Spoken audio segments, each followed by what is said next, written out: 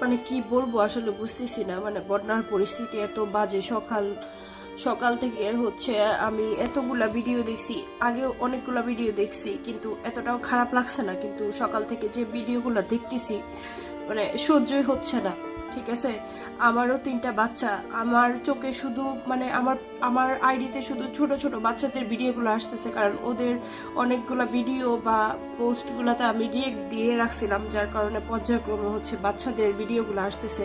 মানে ড্রামের ভিতরে বাচ্চাদেরকে রাখতেছে, টয়লেটের যে চাক ওগুলার উপরে বসায় রাখছে। আবার ছোট ছোট বাচ্চা যেগুলা যেমন 10 মাস 8 মাসের বাচ্চা, ওগুলারে হচ্ছে আপনার ছোট বোলের মধ্যে রাখতেছে।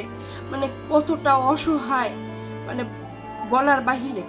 যাই হোক, মানুষের যেমন জন্ম আছে